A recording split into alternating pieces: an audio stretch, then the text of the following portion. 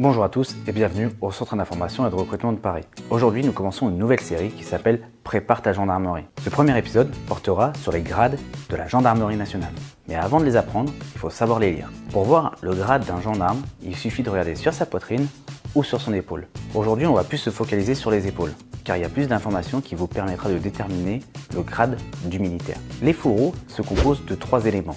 Le premier, c'est le grade, tout en bas, qui peut être blanc ou jaune en fonction de la subdivision d'armes.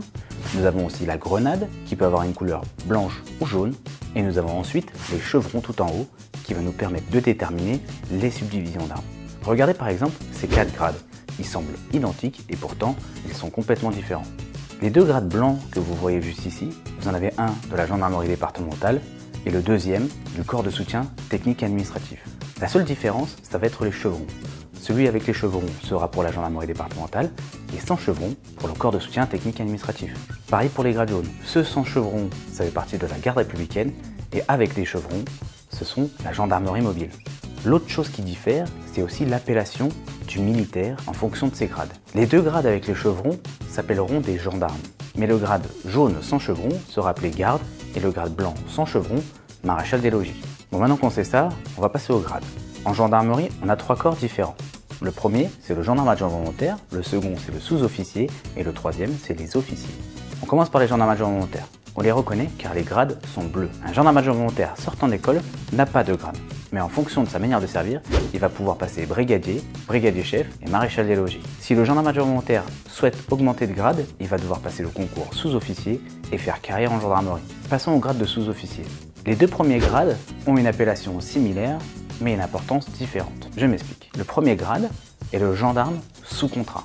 Il va devoir passer des examens pour pouvoir passer 2 barres, comme moi, donc ça veut dire sous-officier de carrière. Ensuite, le sous-officier aura le grade de maréchal des logis chef. Et là, on rentre dans une partie assez compliquée, c'est les adjudants et les adjudants-chefs. Là, on va repartir sur le fourreau de tout à l'heure, avec le chevron, le grade et la grenade. L'adjudant et l'adjudant-chef ont un grade visuellement identique. Les seules choses qui vont changer, c'est la couleur. Un adjudant aura le grade et la grenade de couleurs différentes, alors qu'un adjudant-chef, la grenade et son grade auront une couleur identique. Je m'explique. Un adjudant de gendarmerie départementale aura son grade jaune, mais sa grenade blanche, alors qu'un adjudant-chef aura sa grenade blanche et son grade blanc. C'est assez compliqué, mais on s'en sort assez vite. Et le dernier grade des sous-officiers, c'est le grade de major. Un sous-officier ne pourra pas passer au grade supérieur, à part s'il passe officier de gendarmerie. Et pour les grades d'officier de gendarmerie, ils sont divisés en 3 parties. Les premiers, c'est les officiers subalternes. Ce sont les sous-lieutenants, les lieutenants et les capitaines. Ensuite, on passe avec les officiers supérieurs. Et là, ça va être les commandants, les lieutenants-colonels et les colonels. Et pour finir, nous avons les généraux. Le premier, c'est le général 2 étoiles, le général de brigade.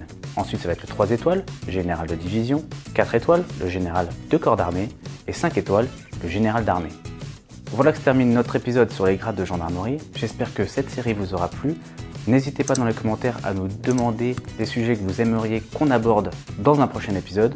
Sur ce, moi je vous dis à bientôt au Centre d'information et de recrutement de Paris.